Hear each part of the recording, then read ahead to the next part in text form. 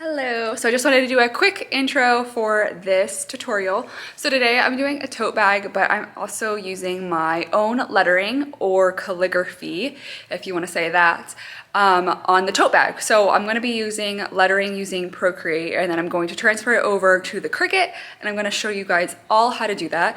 And just to preface this, you don't have to be an expert in calligraphy or lettering. I'm definitely not an expert, it's just something I really enjoy doing. But also, of course, if you aren't a letter calligrapher, you can just use the fonts on Cricut Design Space. So let's get started.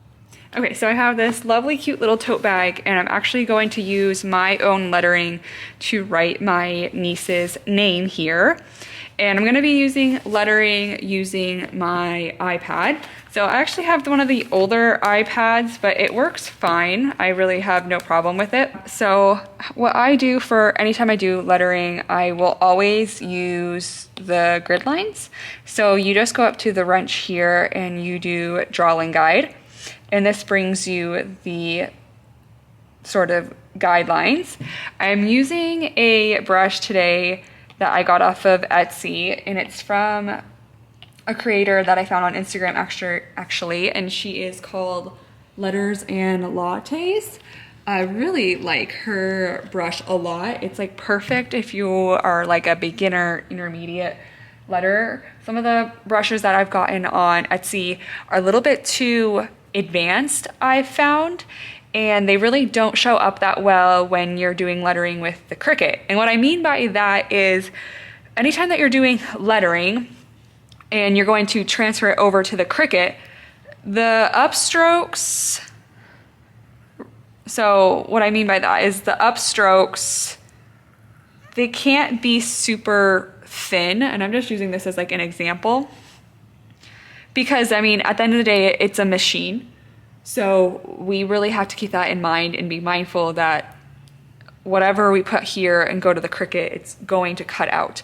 So I have an example here that I actually did a while back. Now the lettering doesn't necessarily look bad, but for my taste, I think this is just a little bit too thin, and you can't necessarily see the faux calligraphy with the up and down strokes.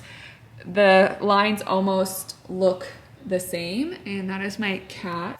Okay, hi, voice over me because my cat got away. But here I'm just writing my niece's name using the iPad pencil, and I go over it quite a lot, and you'll see how I edit it. Okay, so for me, that looks good, but I just want to zoom in a little bit. So here there's kind of like a jagged edge, and there's some little mistakes here. So I'm actually just going to take the same pen that I have, and I'm just going to decrease the size, and I'm just going to go through my lettering to make sure it's going to be necessarily perfect for the Cricut.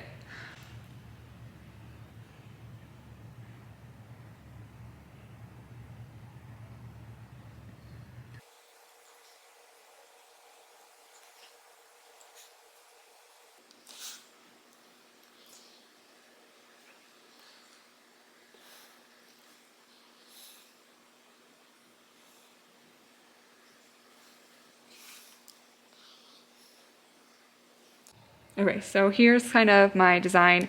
Now I have this flower, and I'm going to duplicate it in Cricut Design Space, and I'll show you guys how I do that. So now that I have this, I'm going to share it as a PNG.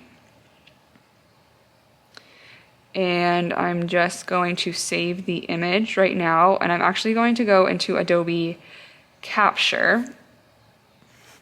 The reason why I'm doing this is because I want it to be smooth out. This isn't going to get rid of all the vectorization or the pixels, but this does a pretty good job. So let me import from my camera roll. Okay, so I uploaded this in Adobe Capture. Now you can see here kind of how it will look like. So I'm just going to go ahead and use this, and it's auto cleans applied, and then after that I'm going to do the check mark, and then I'm actually just going to smooth it. I'm going to go ahead and save this. Okay, And then it went ahead and saved. And then I have both Amelia and then I have the flower. Okay, so I went ahead and just airdropped it to my computer and I'm just dragging it to Cricut Design Space and I'm clicking upload and there you have it. I'm going to upload the flower too.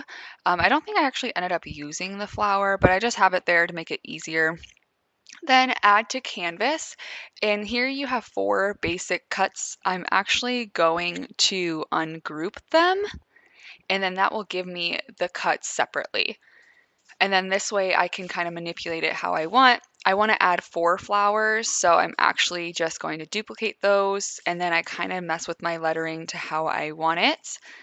And then you just kind of see me manipulating the flowers on how I want it. I like to do my canvas how it would show up like on the tote bag so that I know what it will look like. Then I'm going to hit weld, and this makes 3 basic cuts, so the flowers and then the name Amelia. And then I'm going to click make it. And then we are going to mirror it since we are using the iron-on vinyl. And I just like to use my vinyl using it vertically. You can do whatever is best for you.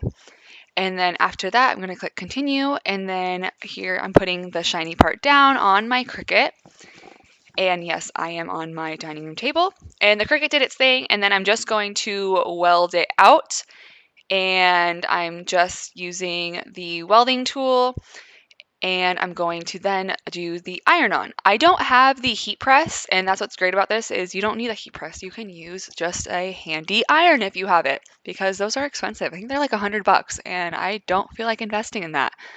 So I'm just going to use my handy dandy iron, and I'm just going to press it back and forth. The thing is, if you use an iron, it does get very hot, so just be cautious with that. You don't want it to be hot enough that the vinyl is like melting. So I just kind of go back and forth rather than pressing it on there, except the thinner ones you do need to press. So those flowers are a little thin. So you can see I will go back and just check before I actually peel it off because I've had mistakes before. If you've done this before, you know the vinyl sometimes doesn't stick when it's super thin. So I'm just going to go back and forth with my iron until it's where I think it's right enough to pull it off. And like there, the little thin piece, I just go back with the iron. And then I'm just pulling it off, and there you have your beautiful little tote bag using your own lettering. Let me know if you guys like this. I'm gonna do more tutorials with lettering and using the Cricut. It's like one of my favorite things, and I think it's just so unique and cool to do your own personalized projects. So thanks so much, guys, for watching.